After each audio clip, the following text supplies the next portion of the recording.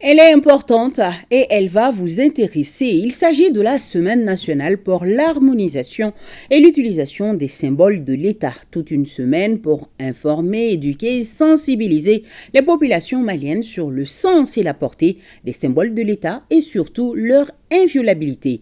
Ça sera du 4 au 10 mars prochain. Le ministre de la Justice et des Droits de l'Homme, Garde des Sceaux, Mahamadou Kassogé, a procédé ce vendredi au lancement de cette semaine qui s'inscrit dans le cadre de la refondation de l'État. Nouhoum Sissoko. Des lois constitutionnelles et ordinaires ont défini et consacré les différents symboles de l'État, dont 5 fondamentaux, à savoir le drapeau, la devise, l'hymne national, les sceaux et les armoiries. Ces symboles répondent à 3 principes. La souveraineté qui est un caractère unique et inaliénable, l'exclusivité qui est le droit d'usage strictement réservé, soumis à autorisation et contrôle, puis la conformité qui est la normalisation, l'invariabilité, le standard. Pour permettre aux Maliens de l'intérieur et de l'extérieur de mieux connaître les symboles de l'État en vue de leur utilisation judicieuse, le ministère de la Justice organise une semaine nationale pour l'harmonisation et l'utilisation des symboles de l'État du 4 au 10 mars 2024 à travers un comité d'organisation créé à cet effet. En effet, les symboles de l'État, véhicules de valeurs, signes d'identité et d'appartenance à un ensemble, source de reconnaissance de soi et de son passé, cris et gestes de ralliement, empreintes de l'État ou de la République, facteurs de fierté nationale, sont restés longtemps dans l'ignorance, y compris des cadres du pays.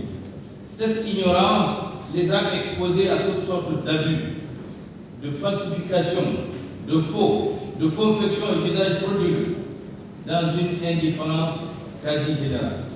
Cette semaine nationale vise à sauvegarder l'image, le crédit et l'autorité de l'État à travers sa marque dans les actes, d'illustrer et de promouvoir auprès des citoyens le sens de la République, prévenir les préjudices de la transgression des symboles, cultiver l'esprit patriotique et d'exalter le sentiment national.